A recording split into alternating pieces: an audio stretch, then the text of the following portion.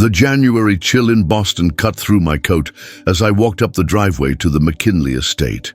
James, my husband of 8 years, squeezed my hand reassuringly. "Rebecca, you look stunning tonight," he whispered, his eyes appreciating my burgundy cocktail dress. "Everyone's going to love you." I forced a smile, though anxiety twisted in my stomach.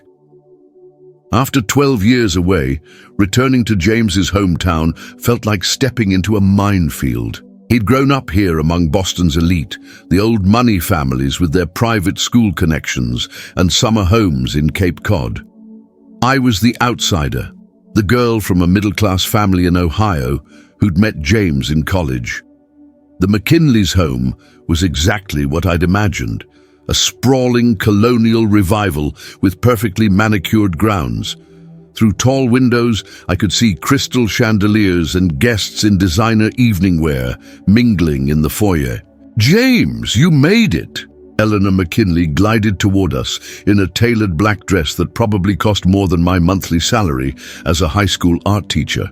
She air-kissed James's cheeks before turning to me with a practiced smile. "And Rebecca, finally. We've heard so much about you." Her eyes scanned me quickly, assessing everything from my off-the-rack dress to my modest pearl earrings, James's gift for our 5th anniversary.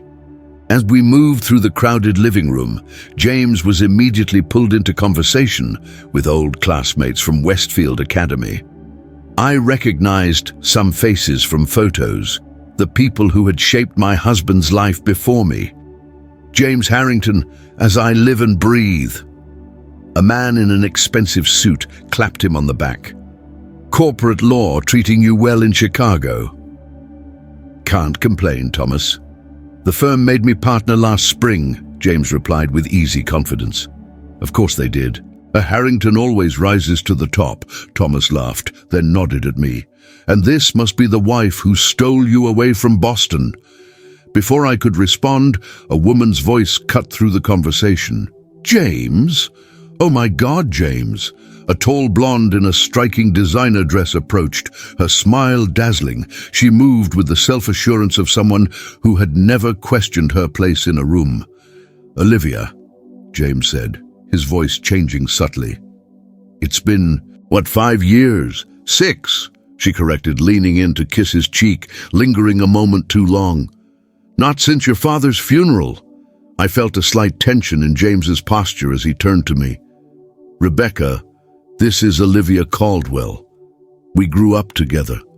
Olivia, my wife, Rebecca." Olivia's eyes met mine with polite interest that didn't quite reach their blue depths. "So you're the reason James abandoned us for Chicago? Pleasure to finally meet you." "Likewise," I replied, noticing how her hand still rested casually on James's arm. "James has mentioned you." A small lie. He'd rarely spoken of Olivia, despite apparently growing up together.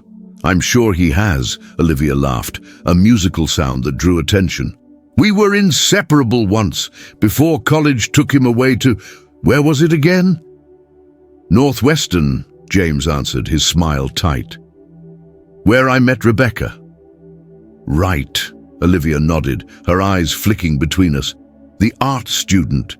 The way she said it, like my passion was a charming hobby rather than my career, made my cheeks warm. Dinner was announced, saving me from responding. As we moved toward the dining room, I whispered to James, "You never mentioned Olivia was so close."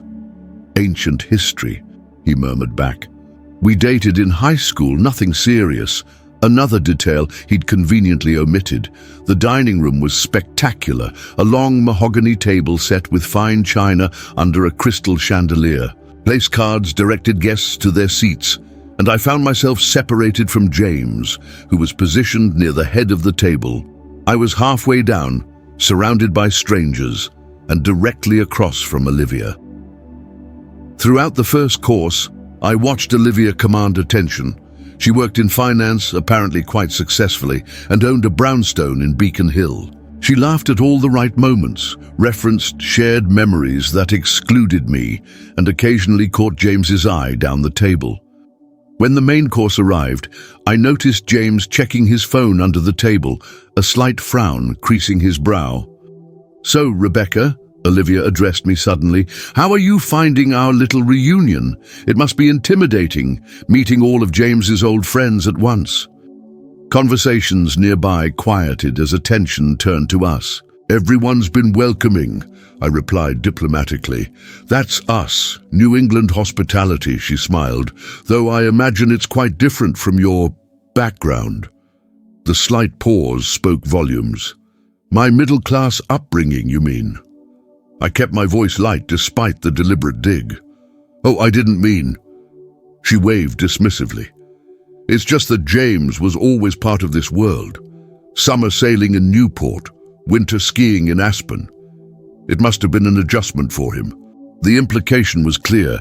James had married down. "We make our own traditions," I said, meeting her gaze steadily. "How sweet," Olivia replied, then turned to address the table. "Did James tell you all?" "We bumped into each other in New York last month when he was there for that conference. Complete coincidence at the Pierre Bar. We stayed catching up until they practically closed the place." I froze, my fork halfway to my mouth. James had mentioned the New York trip, a 3-day conference on corporate tax law. He hadn't mentioned Olivia. Looking down the table, I caught James's eyes. The guilt in them confirmed Olivia's story before he quickly looked away. "Such a small world," Olivia continued, seemingly oblivious to the tension she'd created. "It was just like old times." The conversation moved on, but I barely heard it. My appetite gone, I pushed food around my plate while questions multiplied in my mind. When dessert arrived, a server approached with a message. "Mrs. Harrington, your husband asked me to let you know he stepped outside for an important call." "Thank you," I nodded, though I knew James's firm had no urgent cases pending. As coffee was served, I excused myself to find the restroom. In the hallway, I heard voices from a partially open door, James and Olivia. "Can't just say things like that, Liv. Rebecca doesn't know." "Know what? That you were in my apartment until 3 a.m. in New York? Or about Aspen last winter?" My heart stopped. Aspen? James had gone alone on what he'd called a business retreat. "You promised that was over," James hissed. "I've made my choice." "Have you?" Olivia's voice dropped lower. "Then why did you call me last week?" I must have made a sound because they suddenly went silent. I quickly retreated, nearly colliding with Thomas. "Whoa there," he steadied me. "Are you all right? You look pale." "I'm fine," I managed, "just looking for the restroom." "Down the hall to the left," he pointed, then lowered his voice. "Don't let Olivia get to you. She's always been possessive of James, even after all these years." Before I could respond, James emerged from the room alone, straightening his tie. Our eyes met, and for a moment I saw panic flash across his face. The drive back to our hotel was silent, heavy with unspoken accusations. Snow had started falling again, fat flakes illuminated by streetlights as we passed through Boston's historic neighborhoods. James gripped the steering wheel of our rental car tightly, his knuckles white. "Are you going to say anything?" he finally asked as we waited at a red light. "What would you like me to say?" My voice sounded distant even to myself. "Should I ask about New York? Or perhaps Aspen?" The light turned green, but James didn't move immediately. A car behind us honked. "It's not what you think," he said, accelerating slowly. "It never is," I replied, staring out the window at the falling snow. "How long, James?" He exhaled sharply. "Olivia and I, it's complicated. Uncomplicated for me. We grew up together. Our families expected us to end up together. When I chose you instead..." "When you chose me," I interrupted, anger finally breaking through the numbness. "Was that before or after you were with her in Aspen? Or New York?" "Nothing happened in New York," he insisted, turning onto the street where our hotel stood. "We talked, that's all. I ran into her at the bar." "And Aspen? Was that just talking too?" His silence was answer enough. At the hotel, we moved through our nighttime routine like actors in a play, brushing teeth, changing clothes, all without making eye contact. When we finally lay in bed, a foot of space between us might as well have been an ocean. "I never meant to hurt you," James whispered in the darkness. "But you did anyway." Olivia and I, we have history. When I see her, I get confused. "That's not confusion, James. That's choice," I said, tears finally spilling. "Every time you called her, met her, lied to me, those were choices." "I know," he admitted quietly. "But tonight, when she said those things at dinner—" "What things? I was too busy discovering my husband's affair to notice." "We were talking about why you came to the reunion," James explained. "I told her you were nervous about meeting everyone, and she said she came because she has no food at home, right in front of Eleanor and Thomas." The cruelty of the comment stunned me. What does that even mean? It's an old saying. It means you only came because you were desperate, because you had nothing better, no better options. His voice grew tight. "She was implying you married me for money, for security, that you don't belong in my world." I sat up, switching on the bedside lamp. "And you defended me, right?" The hesitation in his eyes told me everything. "James," I said slowly, "do you think I married you for your family's money?" "No," he said quickly, too quickly. "But sometimes I wonder if you understand what it means to be a Harrington, the expectations, the legacy." "I understand perfectly," I said, my voice growing stronger. "It apparently means lying to your wife while sleeping with your high school girlfriend." "It was one time in Aspen," he admitted. "A mistake. I ended it. Except for the calls. And New York." "Nothing happened in New York," he repeated firmly. I studied his face in the soft lamplight, the face I'd loved for 10 years, since we met in that Northwestern art history class. The face I thought I knew better than my own. "Do you love her?" I asked, the question I'd been afraid to voice. He looked away. "I don't know what I feel anymore." I got out of bed and went to the window, pushing aside the curtain to watch the snow falling on the empty street below. 8 years of marriage, and I'd never felt so alone.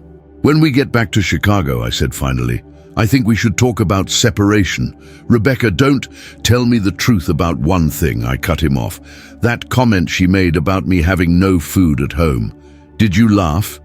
His silence was deafening. "I see," I whispered, pressing my forehead against the cold glass. "You know what hurts the most? Not the affair, not even the lies. It's that you're ashamed of me. After all these years, you still see me as the scholarship girl who doesn't belong." "That's not true," James protested, getting out of bed and coming to stand behind me. "I love you. I chose you." "Did you? Or did you just rebel against what your family wanted?" I turned to face him. "And now you're having second thoughts because it would be so much easier with someone like Olivia, someone who already belongs." "You don't understand the pressure." "I understand perfectly," I interrupted. "I've felt it every day for 8 years. Every time your mother commented on my clothes, every time your father asked when I was going to do something real with my life instead of teaching art. Every time you looked uncomfortable when I talked about my family." James ran his hands through his hair in frustration. "What do you want from me, Rebecca?" "I wanted you to be proud of me," I said simply, "to stand up for me, to choose me every day, not just when it was convenient." A silence fell between us, broken only by the distant sound of traffic and the soft hum of the hotel's heating system. "I should have told her off," James finally admitted. "When she made that comment, I should have defended you. Why didn't you?" He sank onto the edge of the bed, shoulders slumped, "Because part of me still cares what they think. All of them. I've spent my whole life trying to live up to the Harrington name. When I'm here, I become that person again. And that person doesn't want me," I concluded softly. Morning light filtered through the hotel curtains as I packed my suitcase.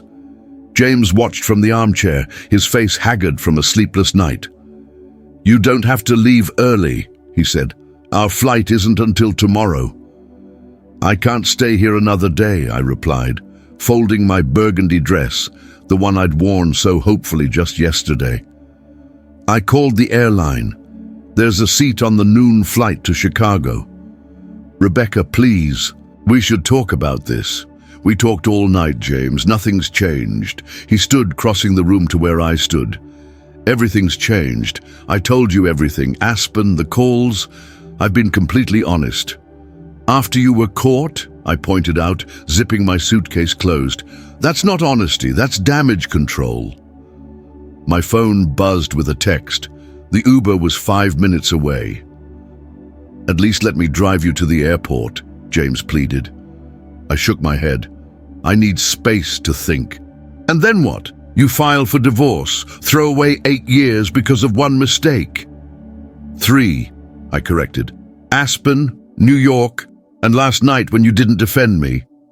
A knock at the door interrupted us. The hotel manager looked uncomfortable. "Mr. Harrington, there's someone asking for you in the lobby, a Ms. Caldwell." James paled. "Tell her I'm not available." "I already did, sir, but she's quite insistent." I laughed bitterly. "Of course she is. Rebecca, I didn't invite her here." "It doesn't matter," I said, grabbing my suitcase. "She's your problem now." I followed the manager down the hallway toward the service elevator, avoiding the main lobby where Olivia waited. As the doors closed, I caught a glimpse of James rushing toward the reception area, calling my name. The flight to Chicago was a blur of tears and silent phone notifications. James calling repeatedly. I turned my phone off midway, unable to hear any more explanations or excuses. Our apartment felt empty when I arrived.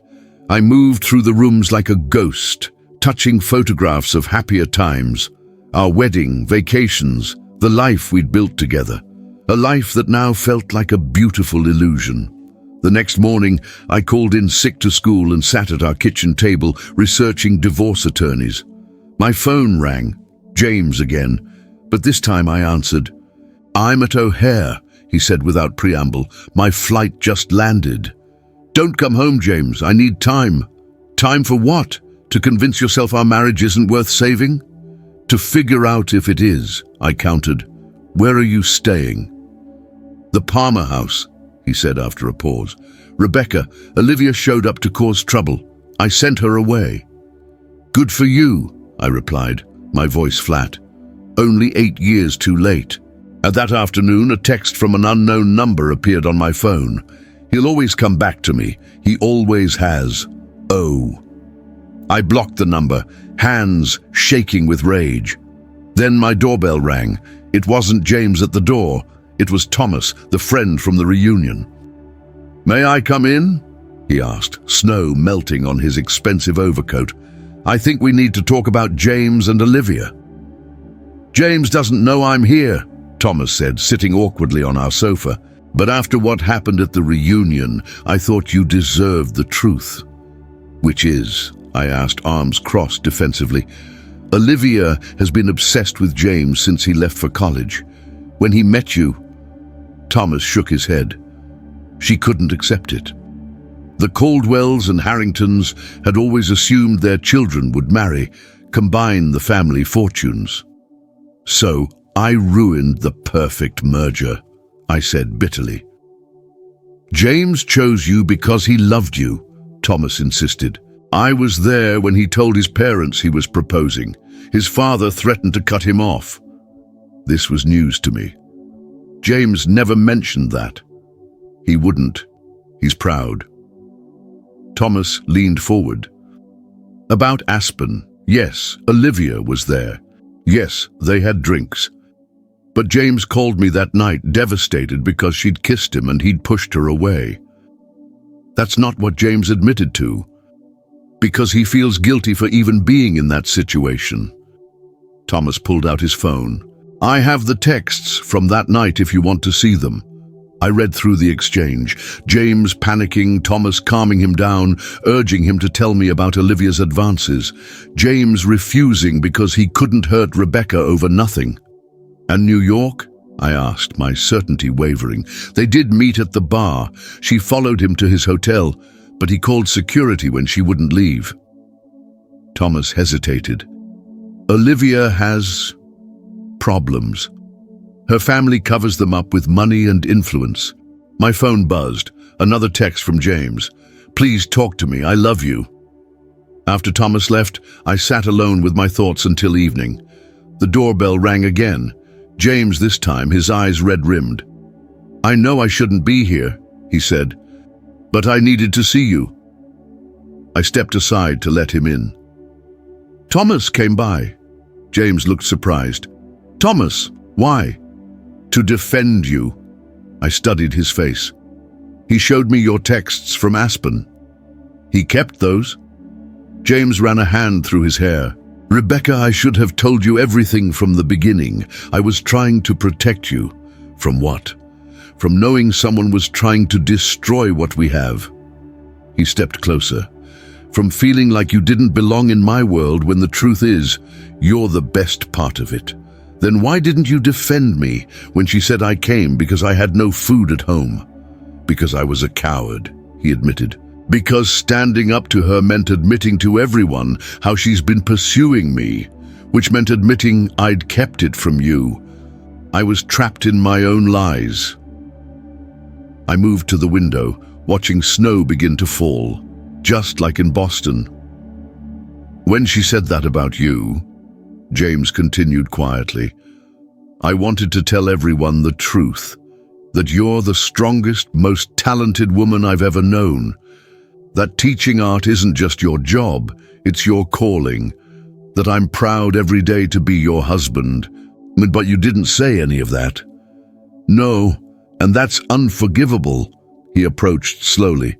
But I'm saying it now, and I'll spend the rest of my life saying it if you'll let me. I turned to face him. I need to know something. That night in New York, did anything happen? No, James said firmly. She showed up at my hotel room uninvited. I called security. Why didn't you tell me? Because I was ashamed, not of you, of myself, for letting her get close enough to think she had a chance. He took my hand cautiously. Rebecca, I've made so many mistakes, but loving you was never one of them. I thought of the texts Thomas had shown me, of James's face now, open, vulnerable, afraid of losing me. If we try again, I said slowly, things have to change. Complete honesty. No more Olivia. No more letting your family or friends make me feel less than. They will, he promised. I've already called my mother, told her either she accepts you completely or she loses me. And Olivia? I've blocked her number, he said, and I've spoken to my firm about a potential restraining order if necessary. I stepped closer, letting him wrap his arms around me for the first time since that terrible dinner. She was wrong, you know, I whispered against his chest. I didn't come because I had no food at home. I came because my home is wherever you are. James held me tighter. I don't deserve you. Probably not, I agreed, a small smile forming. But you're stuck with me anyway. Outside, snow continued to fall, covering the city in a clean white blanket, a fresh start, a new beginning for us both.